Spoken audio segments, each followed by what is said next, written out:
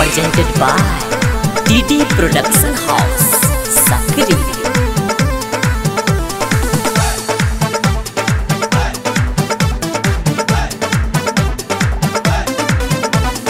पानी नि सा सा सा पानी नि सा सा सा पानी नि सा सा सा सा सा सा चढ़ाई देव पानी सोना के सनम चढ़ाई देव पानी सोना के सनम कि तोहर दहिया गरम गरम के याबत ने खे गोरी हो तोहरा शरम शरम शरम चढ़ाई देव पानी सोना के सनम चढ़ाई देव पानी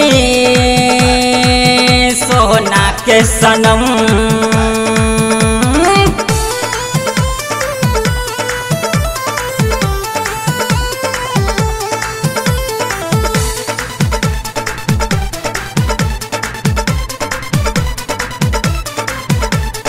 Presented by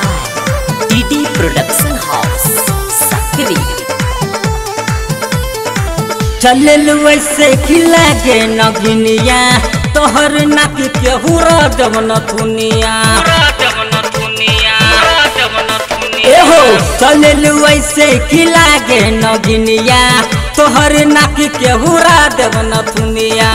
तोहर जवानी लागत रानी भइल दीवानी हो चढ़ाई देव पानी सोना के सनम चढ़ाई देव पानी सोना के सनम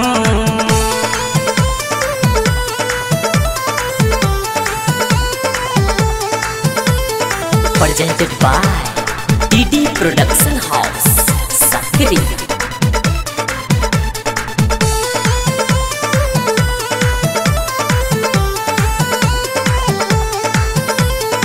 पटना में है पटियाला किया देव मुंबई में है बरपाऊ खिया देव पटना में है पटियाला पिया देव मुंबई में है बरपाऊ किया देव छोटू प्रेम कहे सुना है रनिया तू ही बनबू हमारी कनिया हो चढ़ाई देव पहने सोहना के सनम चढ़ाई देव पहने सोहना के सनम कि तोहर दहिया गरम गरम के याबत में खे गोरी तोहरा शरम शरम शरम चढ़ाई देव पहने सोहना के सनम चढ़ाई देव पहने सोहना के सनम कि तोहर दहिया गरम गरम के याबत ने खे गोरी हो तोहरा शरम शरम शरम चढ़ाई देव पानी